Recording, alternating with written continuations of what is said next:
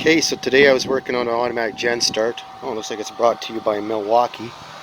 So I got a little Kubota generator here. I did it up on Autostart with a Schneider.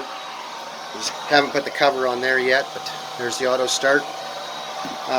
This is an extra wire to for a battery charger or any other 12 volt things they got. I have electric hair dryer turned on right now to lower the voltage to force it to kick in.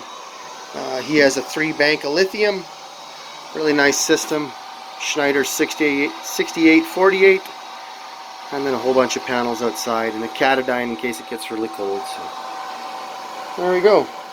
She'll probably start in a while. But there's this system.